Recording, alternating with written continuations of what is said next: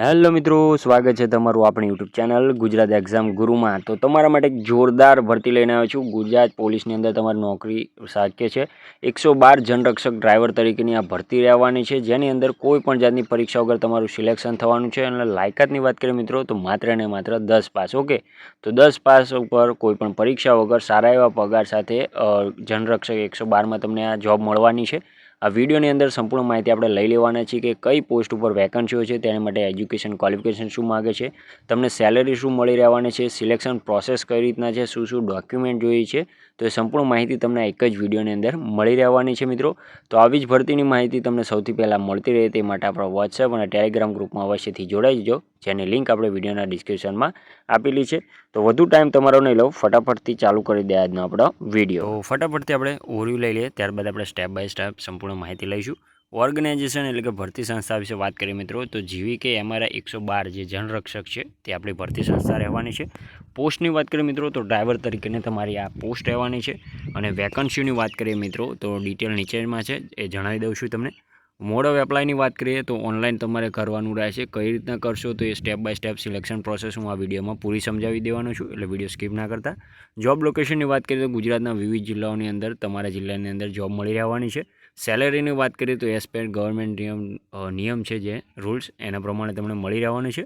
વાત કરીએ એજ્યુકેશન ક્વોલિફિકેશનની, તો ડ્રાઈવર તરીકે 112 ડ્રાઈવર તરીકેની તમારી વેકન્સી છે, આપણે પહેલાં જ જણાવી દીધેલું છે મિત્રો, જેની અંદર માત્ર 10 પાસ માગેલું છે, પ્લસ ડ્રાઇવિંગ લાઇસન્સ હોવું ફરજિયાત રહેવાનું છે, જેની અંદર હેવી લાઇસન્સ હોવું જરૂરી છે। ઓકે, સેલેરીની વાત કરીએ મિત્રો, તો 18,500 પ્લસ તમારી આની અંદર સેલેરી મળી રહેવાની છે।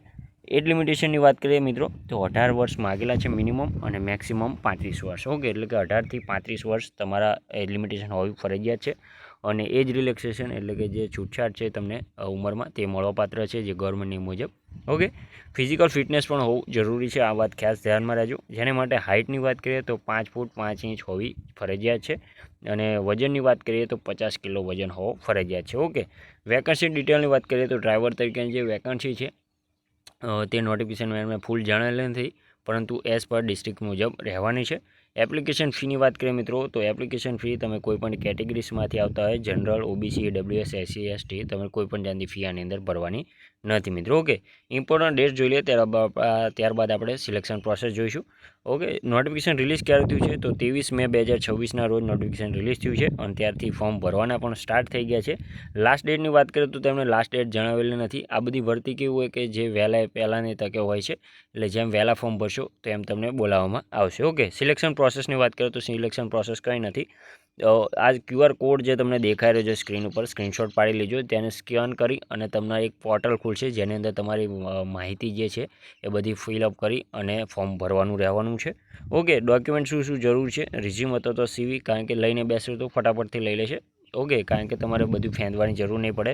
પાસપોર્ટ સાઇઝના photos, marksheet, school leave certificate, Aadhaar card અને બર્થ સર્ટિફિકેટ, આઈડેન્ટિફિકેશન માટે કાસ્ટ સર્ટિફિકેટ એટલે કે જાતિનો દાખલો જો તમારે લાગુ પડતો હોય તો। ઓકે, તો આટલા ડોક્યુમેન્ટ તમે લઈને બેસો એટલે ફટાફટથી તમારું ફોર્મ ભરાઈ જવાનું છે મિત્રો। ઓકે, તો આવી જ ભરતીની માહિતી તમને સૌથી પહેલાં મળતી રહે તે માટે આપણા વોટ્સએપ અને ટેલિગ્રામ ગ્રુપમાં અવશ્યથી જોડાઈ જજો, જેની લિંક આપણે વિડીયોના ડિસ્ક્રિપ્શનમાં આપેલી છે। તો મળીએ નવા વિડીયો સાથે નવી ભરતીમાં, ત્યાં સુધી જય હિન્દ, જય માતાજી।